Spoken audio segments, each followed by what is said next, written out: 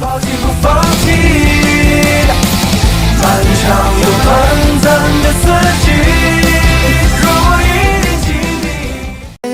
Katanay lutzia soy fiaturin Van trong man ngai nghe yang Ding disencia Ros par moi tin kalan thei nan se Với ni dâu Cực kia ngã ôm turin Căng nghen se 抱紧不放弃，漫长又短暂的四季，如果一定经历。